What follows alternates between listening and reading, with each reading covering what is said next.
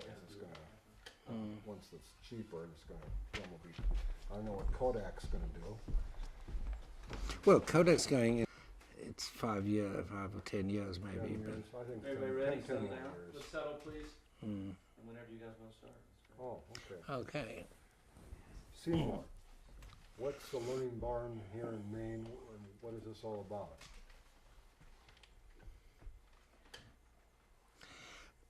Well, the Learning Barn is a little congenial environment for me to develop the ideas that I think are important in education. And I've spent most of my life as an academic and as an activist on a big scale, and I think it's time for partly some quieter reflection, partly for honing, I would say, political skills.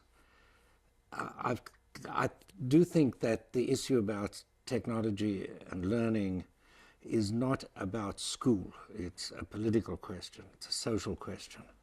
It's what people think the future is and how they think about the future.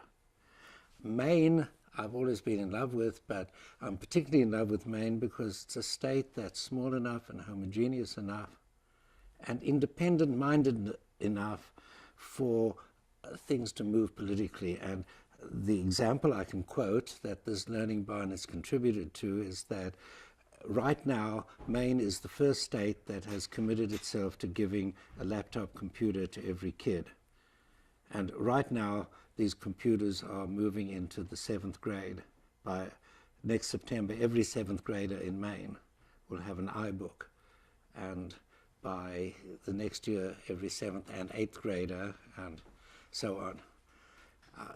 Of course, there are a lot of schools where this has been done on an individual school-by-school basis, but a school can't revolutionize its curriculum. It can't make big changes, doesn't have the resources. When a state does it, there's at least that chance. So I've been very heavily involved in the past 3 years in working with Angus King, the governor, and with the Commission of Education, with many educators, and with a very bitter and hard battle, we got this surprising legislation through. Why has the battle been so bitter and hard? What's the resistance? Everybody's got an idea of what school is. And really the significance of computer digital technology in the school is not to improve school as we've known it. Quite the contrary. It introduces a dissonant element. And I think that the net effect of technology in schools has been negative. The importance historically is that we will transform our whole concept of learning. We'll transform what we learn, what we expect kids to learn, how they learn it. The curriculum that we impose on kids is something that's been inherited from the 19th century with minor adjustments as we go along, adding something here and there to modernize it. But basically, it's been established by a mindless historical process for a context where we lacked the needs for knowledge of the modern society, and especially we lacked the means to learn, the tools for learning. As a result, we're teaching a lot of stuff that's there, partly because it was useful long ago, like all this arithmetic, this calculation stuff, and we spend our calculator on the average $15,000 to $20,000 to program children to be able to do what a $10 calculator could do better. And in programming children to do this, we also program into them the idea that school is useless, it's got nothing to do with real life, it's just formalistic, gobbledygook. Teachers are forced to lie to kids by telling them it's important to learn this arithmetic because you might need it, I don't know, in the supermarket, or in fact nobody uses it in the supermarket and the kids know that. So the net result is that any confidence in believing what teachers and schools say is undermined. We're going to have to rethink the whole thing, the whole idea. We might still have something called school. Obviously, there's a need for places where kids can go to develop intellectually, but I don't think it'll look the slightest bit like school. The idea segregating children by age, so that you spend, say, your 7th year learning how to socialize with 7-year-olds, but then you never see another 7-year-old in your life. And then you'll spend your 8th year learning how to socialize with 8. It's nonsensical. The only reason for this structure of first grade, second grade, third grade, first period at school, second period, was that the only means we had of bringing knowledge to kids was so static that we had to, and so disengaged and so irrelevant to the kids' lives, that we had to use an assembly line technique. So assembly line, you push the kid along, it's the first period of the day in first grade, and then second period, and then second grade. And if it's an assembly line, you push them through this. It's ridiculous to do this in the modern environment where kids can work on very deep projects that are very challenging, very exciting, and they can get the knowledge they need when they need it. Well, this has to come from the teachers. How are you going to educate? My belief is that teachers...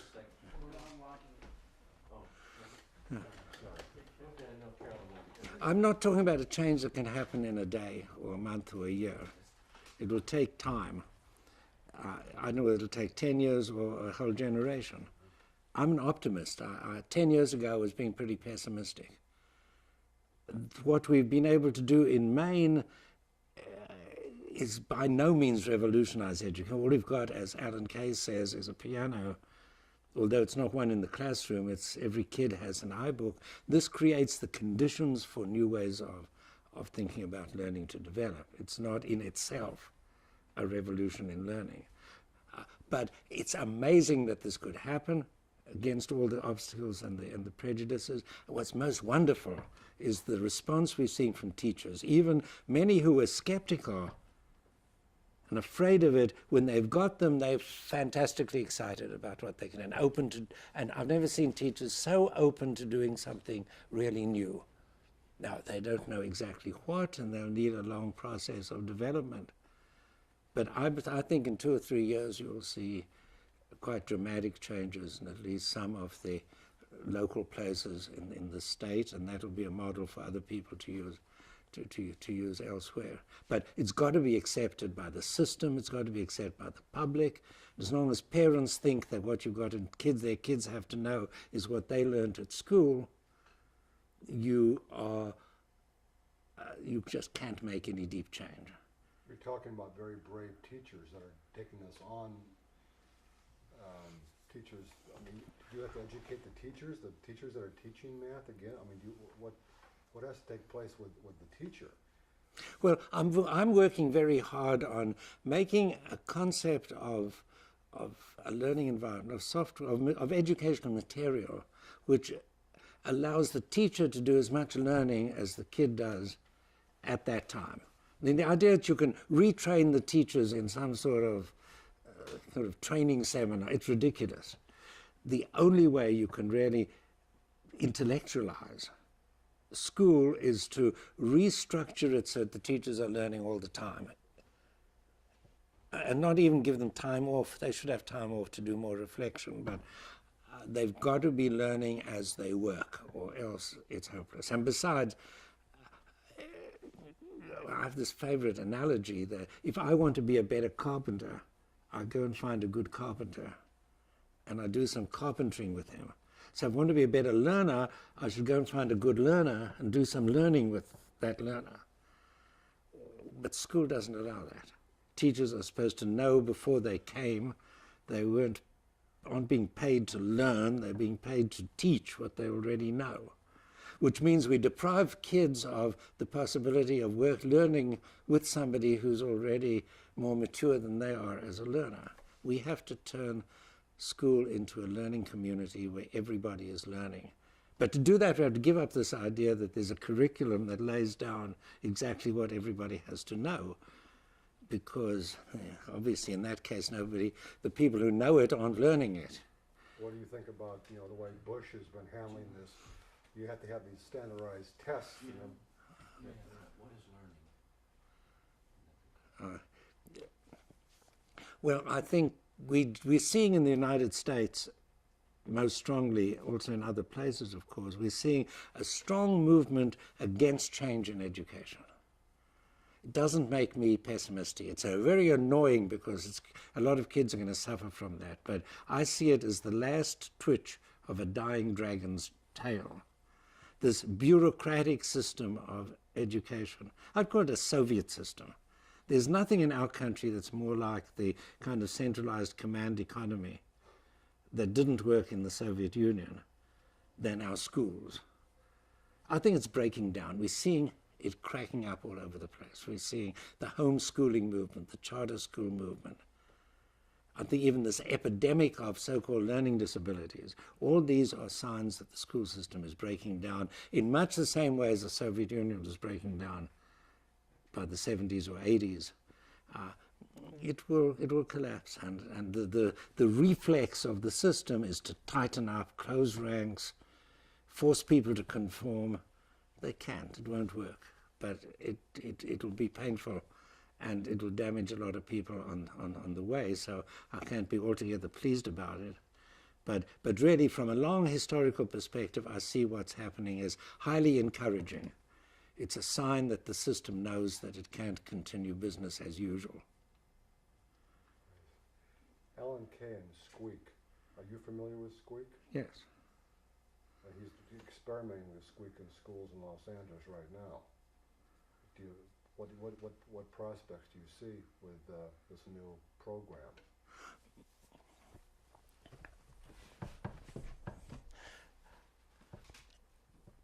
Making a new programming language is like putting all the computers in all the schools in Maine.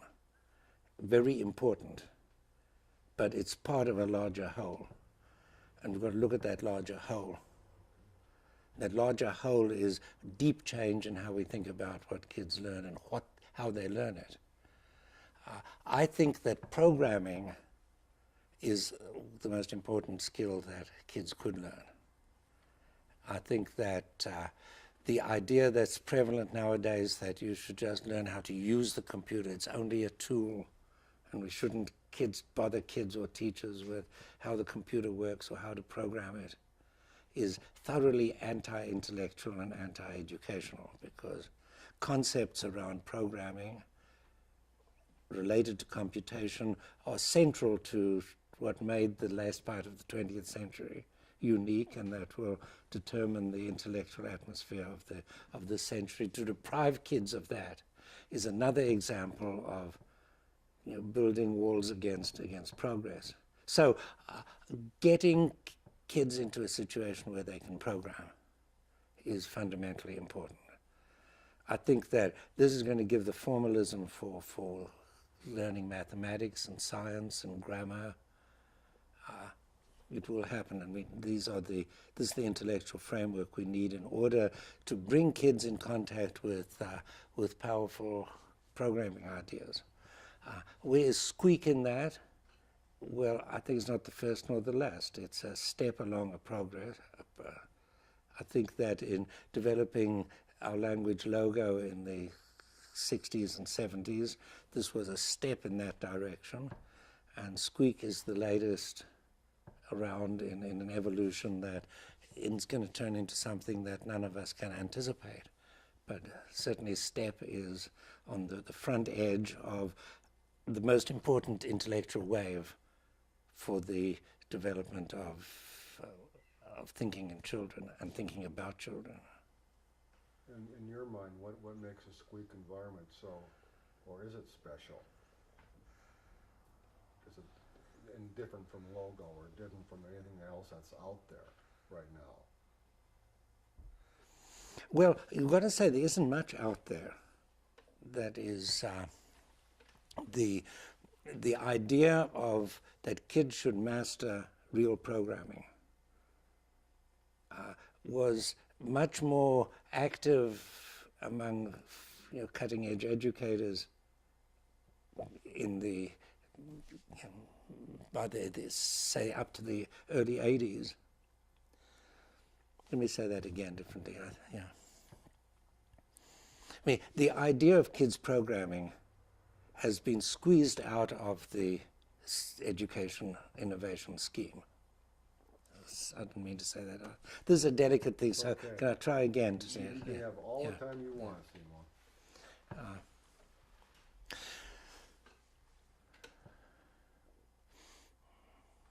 When we look at concretely at what it would mean for kids to program the computer, they need to have a programming language, and this needs to be connected with what the present generation of computers can do. So it's got to incorporate the power of the computers and be able to master those processes with computers that kids are familiar with. It must also connect with powerful ideas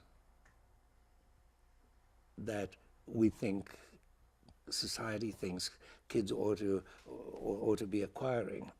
This was an idea that drove the creation of Logo back in the 60s and 70s.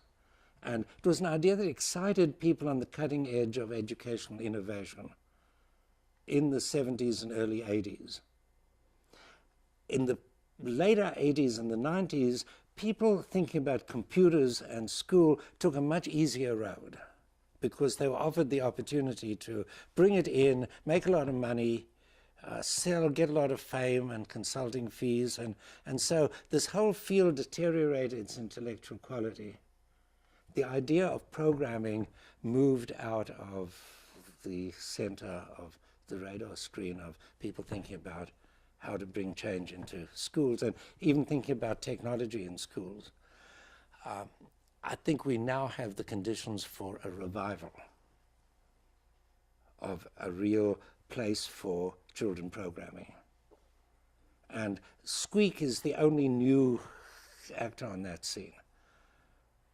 Logo in its original form is it needs upgrading, updating. I think of Squeak as the new round of Logo. I don't think of Squeak versus Logo. And I don't altogether agree with Alan about all the details of how you would create the system, but I think it's got to evolve. This is part of an evolving process into something that isn't for an individual to invent. It's got to engage as a social process. So I think the importance of Squeak is that it will engage a lot of intellectually active people engaged in educational innovation, and it will lead them to think about how they can use the computer in powerful ways. And out of this will emerge something, a big tree from this little seed. You talked about programming. Chair just a little bit. No. Chair's making a lot of noise. Slide you back just a little bit. It'll give you a stable foundation here. Pull this back. When we talked about programmers, people nowadays still think of programming as someone with a pencil, well, pencils in their pocket at a computer. They don't think of children as actually programming computers. It's not a mindset in schools nowadays. I can see where you're coming from, but that's Squeak is. I learned a lot from Squeak. I learned when this kid he made a car from Squeak. And I wasn't very good at mathematics, but he drove the car to the right and it was plus 30y. Of course, it's a huge step for people to think that kids could learn a deep skill that they can't really understand, and which for them is known only through stereotypical images. It's as if, suppose the only image people had of writers were newspaper journalists, in smoke-filled rooms, as they might have been on the movies of 20 years ago, rushing off the latest story to the press. Is this what we want our kids to grow up into? Well, it's not bad. They wouldn't say it's a bad thing, but that's not an image that would justify putting writing at the center of our school activity, of our school goals. We put writing there because we know that the written word plays such an incredibly deep role in all thinking in our cultures, in what we've learned and what we do. The programming of the computer hasn't yet come to play that familiar role. Comes back to what I was saying about politics, or public education. No, people will not really accept it unless they can feel what it is, understand more deeply. I think justifying it by, well, these kids get better results in the traditional school, well, yeah, they do. But I don't think that's going to be a sufficient basis for really changing how people think about this new kind of activity. What is more powerful thinking? What is learning? What really is that to you? I mean, what is thinking? What is learning? What should the children be?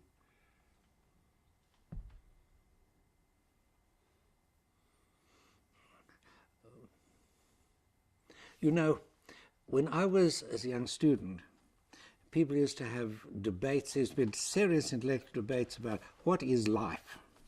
Is it some kind of force, or is it that it can It was because we didn't know much about how life worked. As we came to know more about the mechanisms of biology, people stopped asking that question. Nobody asks that kind of question anymore. I think the same thing applies to learning. When we didn't know much about it, maybe we're still at that level very on the whole. We ask questions like, what is learning? It's too big and complex a thing for that sort of question.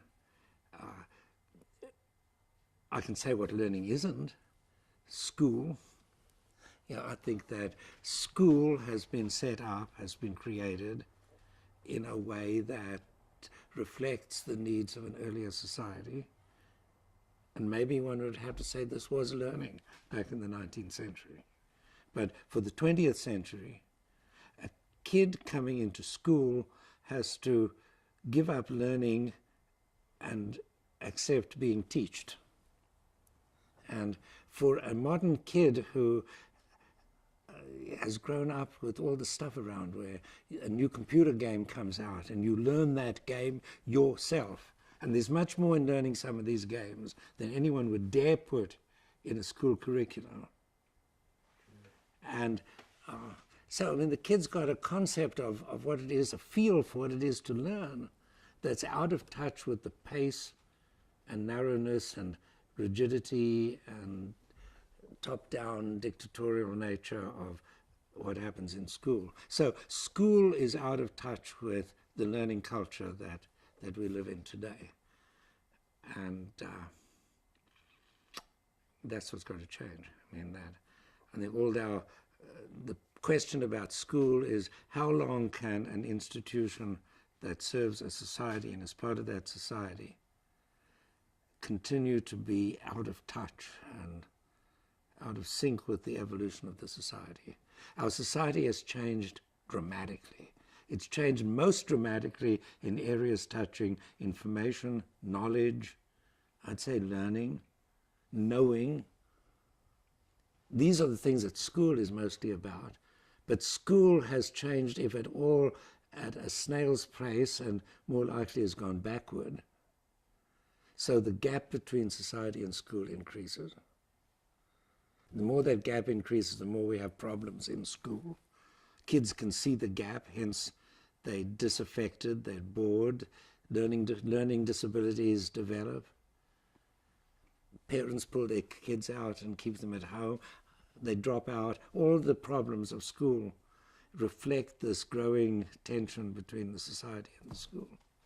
That's got to come into line.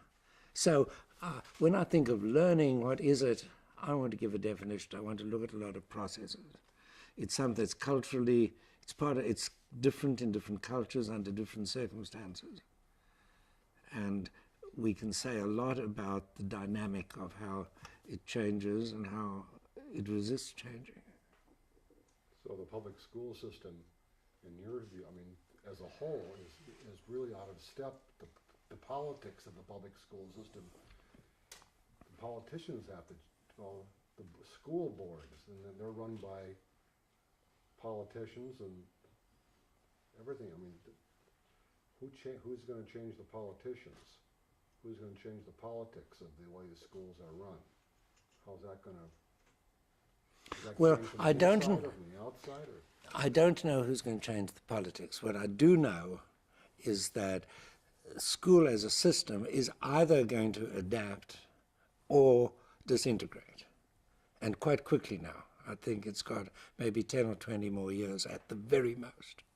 So I don't know which of these will happen. I hope we don't get a disintegration like we saw, say, in the Soviet Union, where the whole government disintegrated and the whole structure of society. It wouldn't be quite as bad as that. We've seen examples in some public school systems where it's pretty close to meltdown. And I think we'll see this on a wider scale unless it can adapt. And again, that's why I'm so excited about having been able to get this measure through in Maine, because everybody said impossible. And for the first 3 or 4 months after the governor of Maine announced this, not a single legislator would sign up for it, and the newspapers wrote editorials on the lines of "Governor's out of his mind." But in fact, it got through in the end. Do we need to? Yeah. Well, hold on. Oh, I'm picking that up, Erica? somebody else will pick it. I don't know where it's going. Oh, it's gotten. No, so we do that last bit again. Yes. What were we saying? Yeah. Did she answer? Yeah, let's try it. Okay. Talk about politics, we're talking about disintegration. You know, I don't know what will change politicians sufficiently in the political system sufficiently to bring about radical change in the public school system. But what I do know is that one of two things are going to happen. Either the system's going to find a way of adapting and changing very deeply, or it's going to disintegrate. And it will disintegrate much as other ill-adapted systems, like my favorite example again is the Soviet political and economic system. This cannot continue forever. It is too much in contradiction with the spirit of our times. And how it will happen, I don't know. But I am strongly encouraged by what happened in Maine, where 3 years ago, coming out of discussions I had with the governor, he picked up the idea that every kid must have a computer. And everybody said, impossible. You'll never get it through. People are too conservative. It's too expensive. Angus King had enough vision to say, let's try. For the first 3 or 4 months after he launched the idea, there wasn't a single legislator in the state who would sign up for it. Newspapers wrote editorials on the lines of, the governor's out of his mind, we're a poor state, we've got schools with leaky roofs, we need money for health care. This is crazy to buy kids laptops. After a couple, 2 years of hard and often bitter fighting and campaigning, it got through. And I see in that a big glimmer of hope, a light at the end of a tunnel, that if it could get through here, it can get through in other places. It's like telling you you can only have a piece of paper in one room, and a piece of paper and pencil, you can only use it a couple of times a week. But if every child has a computer, that means every child has a piece of paper and a pencil. I mean, yeah. It's a very powerful machine. I was going to add, mathematics. Why is it, this is a very elementary question, but why is it so important for children to really have a deep understanding of mathematics? Well, I think it'd be wonderful for children to have a deep understanding of mathematics, but I wish somebody would try that someday. But our schools do not give them a deep understanding of mathematics. They don't even try. What they're teaching in school, I like to call math, as opposed to mathematics. Mathematics is one of the great jewels of achievement of the human mind. Math is a lot of boring stuff that you make kids do with pencils and squared papers and filling in numbers. There's no relation. I mean, there's no reason why 99% of what we teach at school should be taught. There's no reason for knowing it. Nobody's going to use it. Sometimes people argue that, well, they're not learning to multiply fractions because fractions are important, but because that's a way of learning to think. And maybe it is, but reminiscent of what they used to say about Latin. Learning Latin isn't important, but it's, that lasted for a generation or so, that beyond the time when everybody knew there was no point in learning Latin, they said you learn to think at least. Well, I don't think you learn to think. I think you learn not to think. There's you learning to follow rules and not to think creatively. So I just as well scrap it all. And what more, I think that it's irresponsible of a lot of the people in the computer technology movement to say that these computers will help kids learn math, if by math we means what they're teaching in schools now. This is a perversion, that something that could make that unnecessary to do that boring stuff, because we could do something much more powerful and much more interesting.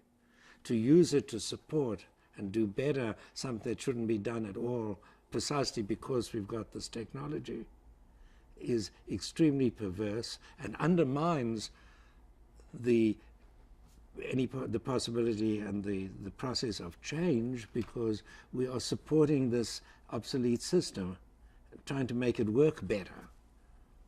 There's a contradiction that I've often fallen into, and most people in this technology and education movement have fallen into, and because we want to get this stuff used. So we want to persuade schools that it serves their purpose. But it's not the purpose of school as an institution to change into something else. It's the purpose of all organisms to resist change. So we try to go to school administrators and say, look, this will support your old curriculum. It'll help you get better test results. Because we want them to use it. But by doing this, we're undermining ourselves. We're shooting ourselves in the foot. Because what we should really be saying to them is, you don't want your kids to be learning that stuff. We'll show you how they could be learning something much more exciting, much more powerful, much more important to them and to society. Did that answer your question? So my question about everybody thinks kids should learn mathematics. I'm a mathematician. I think it's the most beautiful intellectual creation ever. So I would like people to learn. I'd like people to enjoy it. But I don't see any reason why people who don't like it and don't enjoy it should be forced to learn it. But how do they know if they don't like it and enjoy it? Could they learn it in a new way?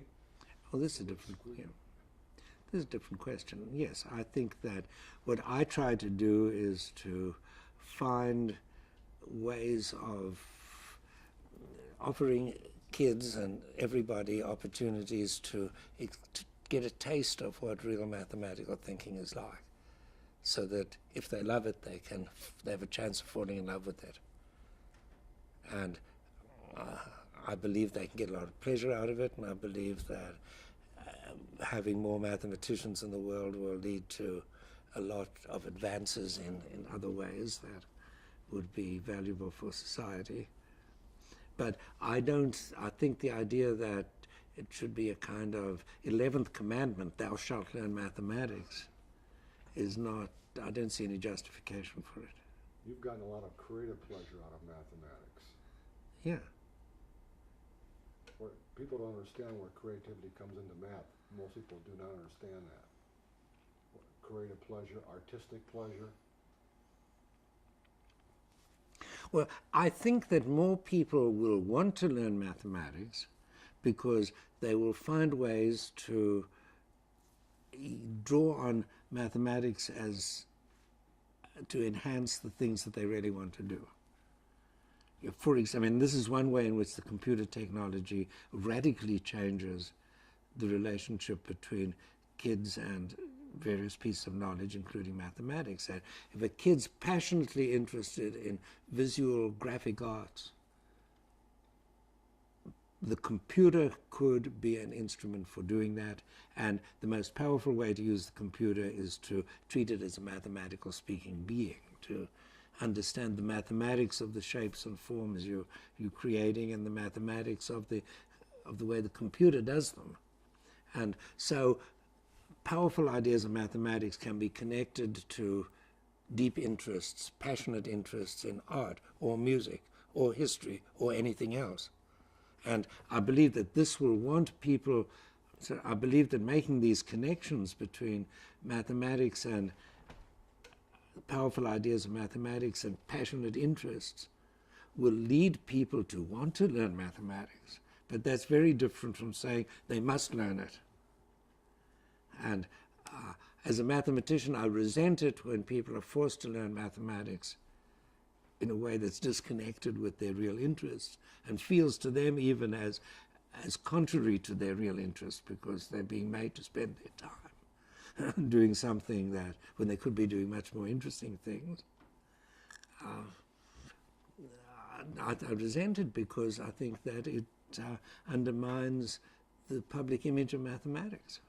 It's seen as a horrible chore, as an imposition, not as a thing of beauty, a thing of powerful use, something that people would really love to appropriate. Maybe we can turn these. Someone answered that one. We did a show with, actually, Lynn was on the show. Did a show with Mary Laycock. She's a mathematics teacher for Alan Kay. I don't know if you're familiar with Yes, this I lady. am. Yeah. She told us that any kind of math that I can't make pictures out of, I can't enjoy. I don't enjoy. She has to make pictures out of it. She's continually making, for her kids, she continually makes pictures and symbols and drawings instead of just numbers.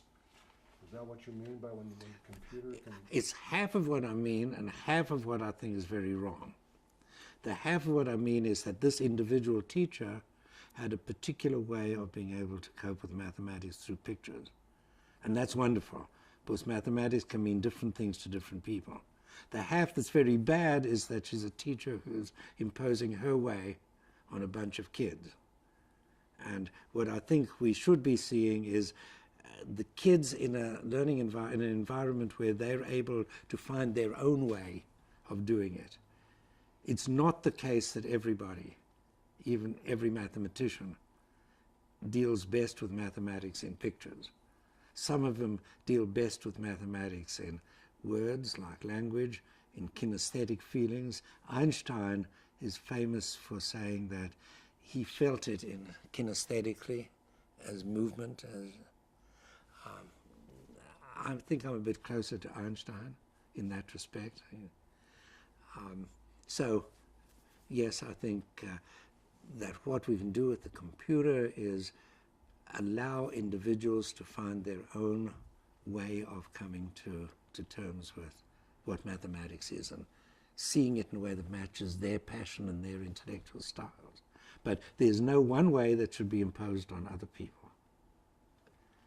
And you think, I'm bringing it full circle now, this is a commercial, and Squeak is a way to maybe help, have kids see Squeak, Alan says Squeak is not a program, it's a process.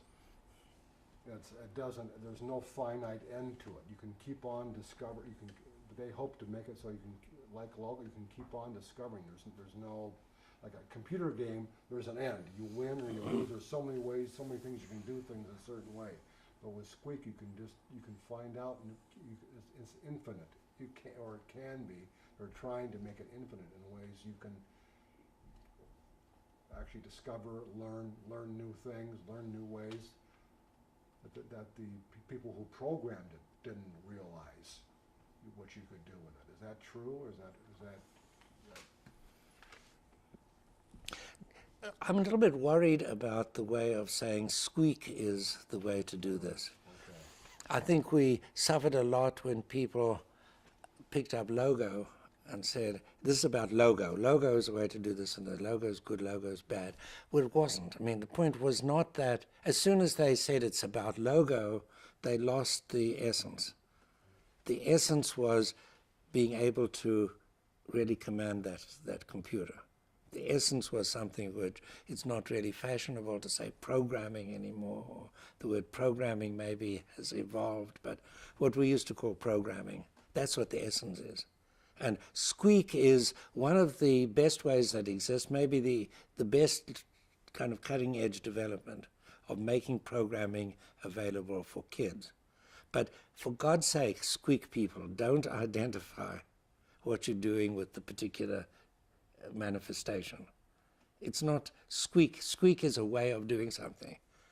That thing that you're trying to do with it is fundamentally important.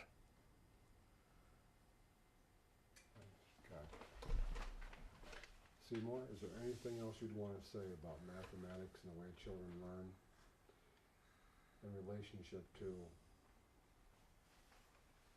childhood education in general? You got some. I could talk for the rest of the week on it.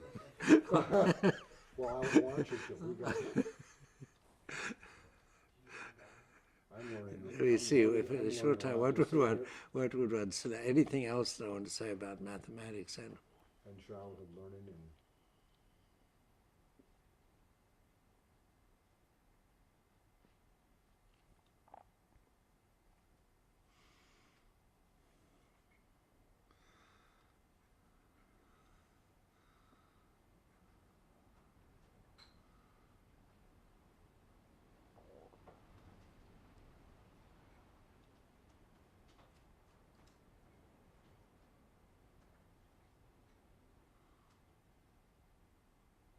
well, I think that what I'd like to say, what I think is maybe the most important thing in the dynamic of developing new ways of thinking about learning mathematics is to recognize that mathematics as an intellectual discipline emerges historically emerged after a long development of mathematical ways of thinking about other things. The Egyptians didn't really have mathematics, but they were building pyramids, and there was emerging a mathematical way of thinking. And the Greeks took it further, and it's only quite recently that this thing called pure mathematics sort of crystallized out of that. The same thing would apply to children, should apply to children, that before they come to school, we see beginnings of mathematical thinking in their dealings with the world around them. And for example? Well, for example, they learn to master space. They learn to know their way around. They learn to deal with numbers. They learn to know what it is for, at a very young age, they know what it is to lay the table with one fork and one knife and one setting for one person. And this is mathematical stuff, elementary, simple mathematical stuff that's part of the life of children. And out of this emerges, as Piaget has shown us, a certain body of mathematical thinking, which we don't even call mathematics because it's not named and it happened informally. But when we get to school, it's not a continuation of the same process. Basically, school mathematics is not related to anything in the lives of the children. So my model of the future is that because the computer will diffuse into the lives of children from very early ages, and hopefully more and more activities will become available with mathematical content. So there will be an emergence of mathematical ways of thinking in the informal life of the kid growing up. And what formal instruction will be able to do is to build into this, to add elements that are rooted in what the kid has already learned and developed spontaneously perhaps, or acquired from the culture on an intuitive level. I make an analogy in my book Mindstorms with the way we learn. You might learn French by growing up in France. You know, everybody in France learns to speak French. If you go into our schools, most kids don't learn to look at French classes. Most kids don't learn to speak French. This is not because they are not Frenchly minded. It's because they were being taught in a way that was not congenial for them to learn. And the same is true of mathematics, that in mathematics, oh, scrap all that. Let me, better way, let me do it the other way around. Okay. I think the most important thing I would say about learning of mathematics in early childhood and into the school period is captured by a metaphor that I used in my book Mindstorms, where I discuss the question of how is it that in our society we are so firmly convinced that some people are mathematically minded. Most people are almost proud of the fact that I can't do mathematics, as if it's something about I don't have a head for math. There are even psychologists who have elevated the fact there's a mathematical kind of intelligence into a very influential theory of multiple intelligences and so on. But this misses a fundamental point, because while it's true that most people in math class don't learn much math, most kids in French class don't learn much French. But we don't say that they're not Frenchly minded. We don't say they don't have a head for French, because we know that they grew up in France, they'd learned French perfectly well. And I think that my image of learning mathematics is, if we all learned mathematics in Mathland, we would all learn mathematics perfectly well, up to some level. And Mathland is to mathematics that France is to French. And how can we create a Mathland? That's really what it's about. Some teachers have done wonderful things trying to make a little piece of a Mathland in a class. But it's not really a Mathland. I mean, however good you make your French class is not the same as living in France. Mathland's got to be on a social basis. And the way I see that happening is by the diffusion of computers through the society, and treating computers as mathematical speaking entities rather than as some sort of utilitarian commodity device. And again, I see programming the computer, I see Squeak and Logo and attempts to give young people control over the computer as making Mathland, as enabling us to talk to this thing in a mathematical language and talk to ourselves, to one another, about it in mathematical terms. And this is the way in which learning math could become much more like learning French in France. And that's the ideal that I see. Does the internet play a part in this? Oh, sorry.